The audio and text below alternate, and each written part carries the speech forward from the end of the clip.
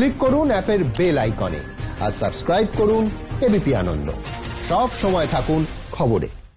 Corona মুক্ত হলেন রাজ্যের শ্রমমন্ত্রী নির্মল মাঝি, কিন্তু হাসপাতাল থেকে ছাড়া পাবার সময় ভেসে গেলেন সংবর্ধনায়।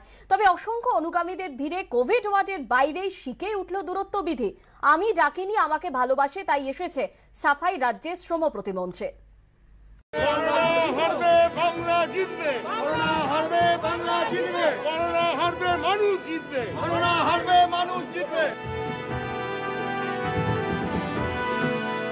করোনাকে হারানোর শপথ, কিন্তু করোনা বিধিকে শিখে তুলে বুধবার এমনই ছবি দেখা গেল কলকাতা মেডিকেল কলেজ হাসপাতালের কোভিড ওয়ার্ডের ঠিক বাইরে। করোনা মুক্ত হলেন রাজ্যের শ্রম প্রতিমন্ত্রী নির্মল মাঝি। করোনা জয়ী নেতাকে ফুলমালা দিয়ে স্বাগত জানাতে হাসপাতালে উপচে পড়ল ভিড়।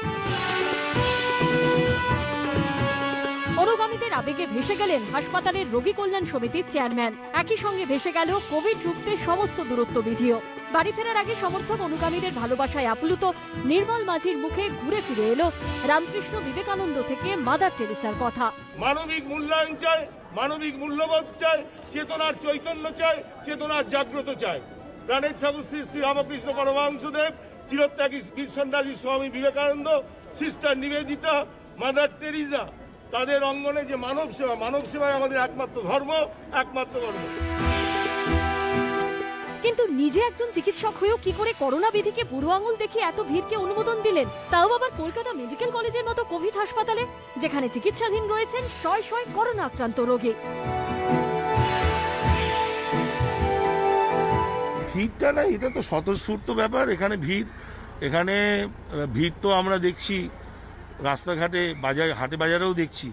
আমরা বারবার বলছি জনসচেতনতার জন্য যে আমরা অন্তত 6 ফুট অন্তত দূরত্ব ব্যবধান করি।